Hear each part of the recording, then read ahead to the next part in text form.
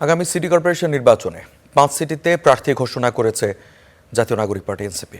ঢাকা উত্তর সিটিতে মেয়র পদে আরিফুল ইসলাম এবং দক্ষিণ সিটিতে আসিফ মাহমুদ সজীব ভূঁইয়া, কুমিল্লা অ্যাডভোকেট তারিকুল ইসলাম, রাজশাহীতে মোবাশ্বের আলী এবং সিলেটে অ্যাডভোকেট আব্দুর রহমানকে প্রার্থী ঘোষণা করে দলটি।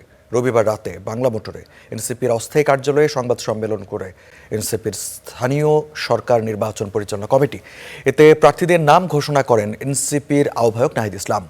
বক্তব্য দেন দলটির সদস্য সচিব আখতার হোসেন, দলের মুখ্য সংগঠক সার্জিস আলম, উপস্থিত ছিলেন এনসিপির মুখপাত্র আসিফ মাহমুদ সজীব ভূঁইয়া। এ সময় ৬ মাসের মধ্যে নির্বাচন আয়োজন সহ ৫ দফা দাবি তুলে ধরে এনসিপি।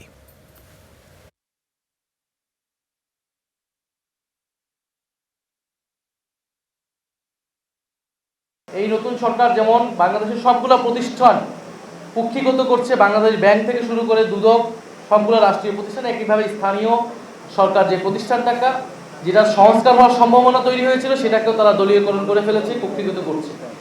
এই পর্যায় থেকে অতি দ্রুত আমাদেরকে বের হতে হবে এবং বের হওয়ার জন্য অতি দ্রুত স্থানীয় সরকার নির্বাচন দিতে হবে। আজকে আমরা সেই দাবিটা এখানে রাখলাম যে আগামী ৬ মাসের মধ্যে ধাপে ধাপে আমরা মনে করি সকল পর্যায়ে স্থানীয় সরকার নির্বাচন দিয়ে দেওয়া সম্ভব।